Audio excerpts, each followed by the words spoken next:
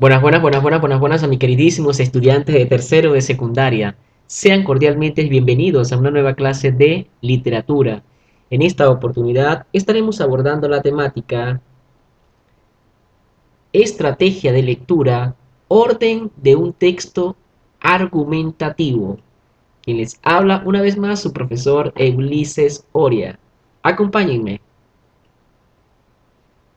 ¿En qué consiste esta estrategia? Esta estrategia nos permite organizar los párrafos. Cuando hablamos de organizar, hablamos de poner en orden o poner orden en el párrafo de un texto argumentativo. A partir de su estructura, recordemos que el texto argumentativo tiene la siguiente estructura. La tesis, que es el planteamiento del problema, el cuerpo, donde se argumentan las ideas que expone el autor, y finalmente la conclusión a la que ha llegado. Es importante fijarse especialmente en las palabras y expresiones que ayudan a estructurar el texto. Estas palabras que nos permiten estructurar el texto se les conoce como nombre de conectores lógicos. En otros episodios aparece como marcadores textuales, ¿no? Es importante en otro orden de idea, por otra parte, en este sentido, en este orden de idea. Es decir, todas estas frases conforman estos conectores lógicos que son importantes para el momento de estructurar cada uno de los párrafos y que tengan coherencia. Entonces, esta estrategia, repito, nos va a permitir organizar cada uno de los párrafos para que tenga una coherencia. Vamos a ver los pasos para aplicar esta estrategia que me parece muy importante porque además nos permite identificar la tipología y la estructura del texto argumentativo y poder extraer sus ideas principales y poder ordenarlo coherentemente haciendo uso, por supuesto, de los marcadores textuales. Veamos. Primer paso, ¿qué es lo que voy a hacer? Debo leer las partes del texto que se presentan, cada una de las partes, y leyendo cada una de esas partes debo determinar cuáles son las ideas principales, identificarlas, ¿ok? Luego, ¿qué debo hacer? Debo ordenar los párrafos según su estructura textual, es decir, primero debe ir la introducción o la tesis, que sería el problema como tal, ¿no? Luego debería ir el cuerpo y finalmente la conclusión. A esa tesis también se le llama introducción o planteamiento. Luego viene el cuerpo, que es donde está la parte argumentativa, digamos, aquellos elementos en los que se basa el autor para argumentar su tesis o la idea que está afirmando anteriormente, y finalmente las conclusiones a las que ha llegado. Tercer paso, debo releer el texto para verificar si presenta el orden adecuado. Fíjense que todo lleva una estructura muy minuciosa. Primero voy a leer cada párrafo, ¿verdad? Voy a identificar las ideas principales, luego voy a ordenar los párrafos de manera que estos tengan coherencia en su estructura textual. Es decir, que comiencen con la introducción o con la tesis, luego que presente el cuerpo o el argumento y finalmente que finalice con la conclusión. Así debe estar estructurado. Y para eso, el tercer paso me va a permitir poder verificar si el orden está correcto. Esta es la lectura, ¿verdad? Fíjense que esta es la lectura que vamos a hacer, ¿verdad? Fíjense que no está en el orden correcto. El título de la lectura es La educación en América Latina, un reto impostergable, ¿verdad? Vamos a leer para que ustedes se den cuenta que, es decir, es un marcador que se utiliza ya después de haber argumentado una idea. Es decir, que este marcador nos da una idea de que no puede comenzar un texto con es decir, ¿verdad? Porque da la impresión de que anteriormente ya habían escrito una idea para poder decir yo es decir, ¿no? Porque es un marcador que continúa una idea que ya se planteó anteriormente. Pero aquí la A comienza con es decir. Sin embargo, ya sabemos que así no puede comenzar el texto. Decimos que este orden está incorrecto, ¿verdad? Vemos el segundo párrafo. Durante muchos años, dice el segundo párrafo, la dinámica mecánica no me convence bien. Tercer párrafo dice, hoy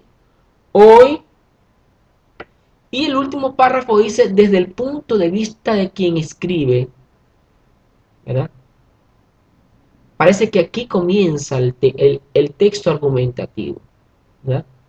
Aquí comienza. Vamos a verificar si es así. Y aplicamos los pasos que dice el texto, ¿verdad?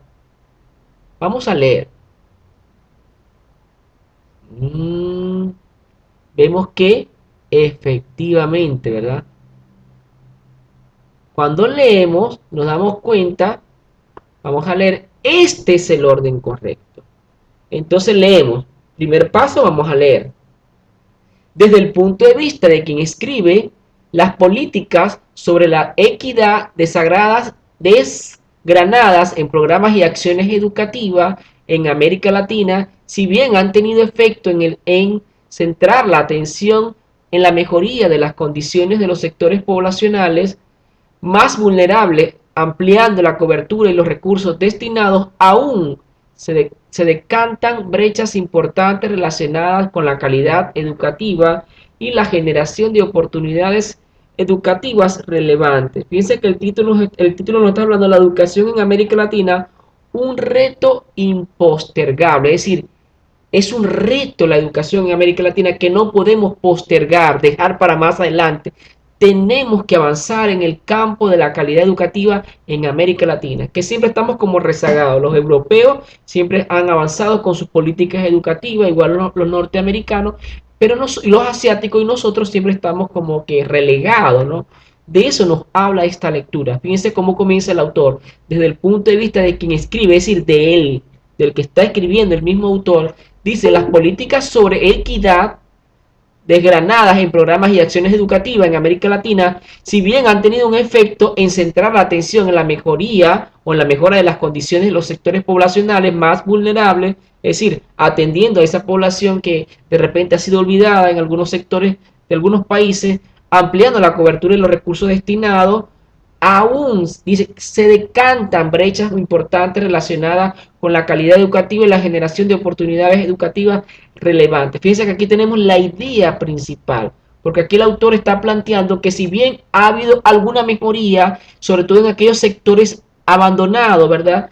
Descentralizados, donde digamos que la atención inmediata no recae, se ha avanzado un poco, todavía estamos muy flojos allí, debemos ir avanzando, ¿verdad? En cuanto a la calidad educativa y la generación de oportunidades realmente relevantes, ¿verdad?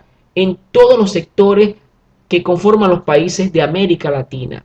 Y acorde con los entornos donde se desarrollan los jóvenes, quienes representan un bono poblacional relevante para el desarrollo de cualquier región. Eso es muy cierto. Los jóvenes no son el futuro de un país, son el presente y el desarrollo de cualquier sociedad, de cualquier país. Entonces, en este primer párrafo podemos ver que el autor nos presenta o nos hace hincapié de que si bien ha habido una mejoría, ¿verdad? En algunas políticas y acciones educativas en algunos países alejados o en algunos sectores de países de América Latina alejados, todavía nos falta muchísimo por mejorar, ¿verdad? Y por eso que esta parte conforma la idea principal. Ahora bien, este primer párrafo nos da la idea central, por eso que esta es la tesis, ¿verdad? De esta idea principal yo puedo extraer cuál es la temática, de qué nos está hablando, ¿verdad? Nos está hablando, ¿verdad? De las políticas educativas que se han implementado, ¿verdad? En algunos sectores de países vulnerables, pero que todavía tenemos que ir avanzando. Nos falta todavía. Si bien hemos mejorado un poco, todavía nos falta mucho camino con relación a la calidad educativa y la generación de oportunidades realmente relevantes en los jóvenes, ¿ya? De aquí nos habla básicamente esta primera parte. Por lo tanto, aquí se centra, digamos, la temática del texto en general. Luego vamos con el segundo párrafo y dice, durante muchos años la dinámica mecanicista predominó en la vida social. Fíjense que esta es una afirmación Por lo tanto, forma parte también de ese argumento del autor, ¿verdad? Aquí el autor está fundamentando la idea anterior.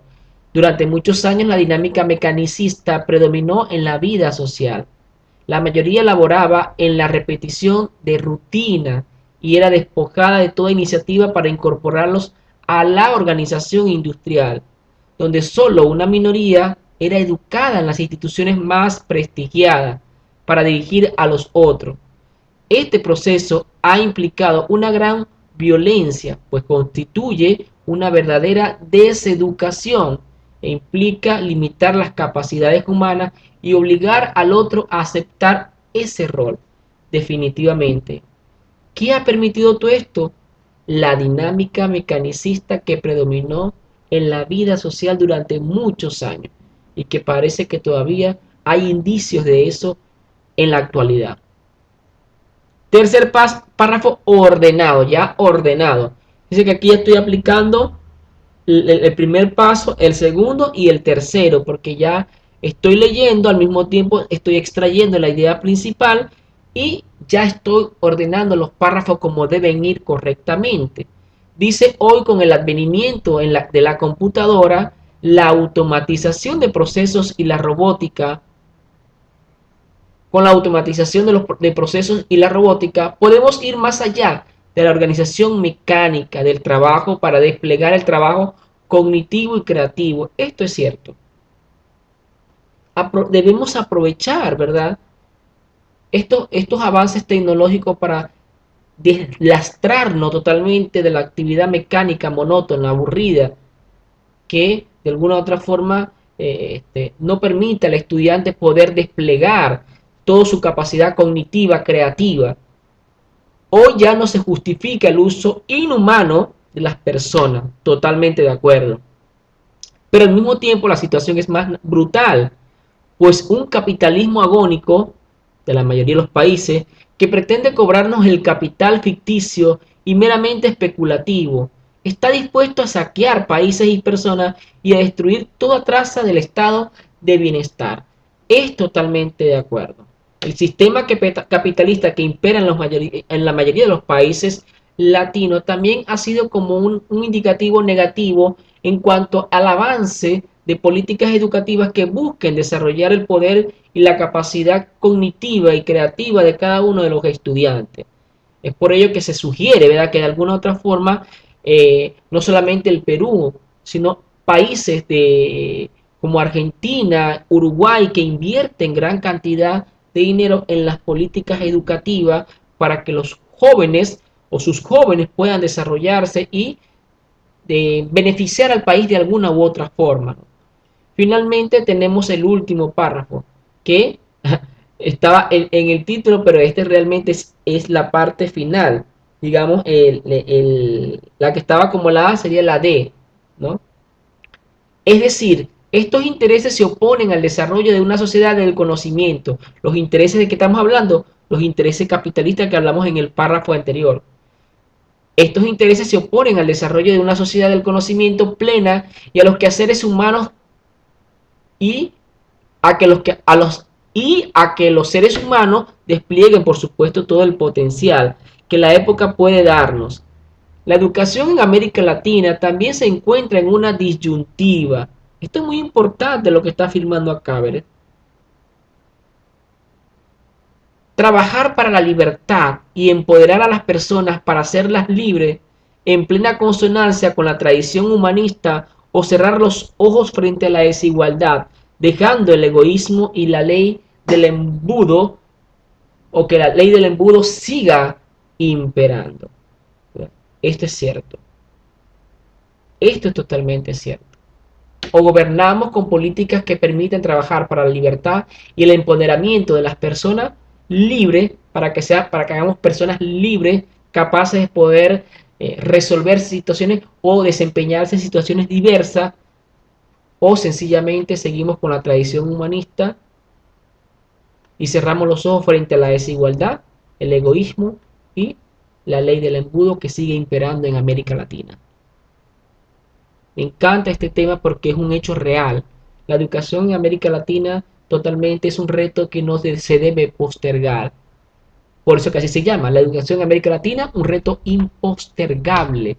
Me encanta este texto argumentativo porque nos lleva a reflexionar, no solamente a nosotros como jóvenes, sino a poder plantear, ¿no?, políticas o acciones que conlleven a mejorar esta situación en América Latina.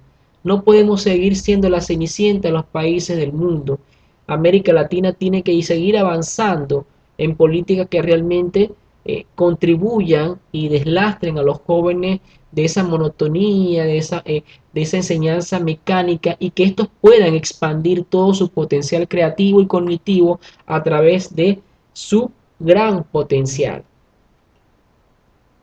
Aquí releemos el párrafo y ya lo hemos ordenado en el orden correcto. Tesis, cuerpo y conclusión. No me queda más que dar las gracias a mis queridísimos estudiantes de tercero de secundaria. Recordemos que hemos analizado la estructura y el orden lógico que debe tener un texto argumentativo. Además está de darles las gracias y invitarlos a que continúen penetrando en ese maravilloso mundo del conocimiento. Quien les habló, su queridísimo profesor Ulises Oria. Chao, chao, se les quiere mucho.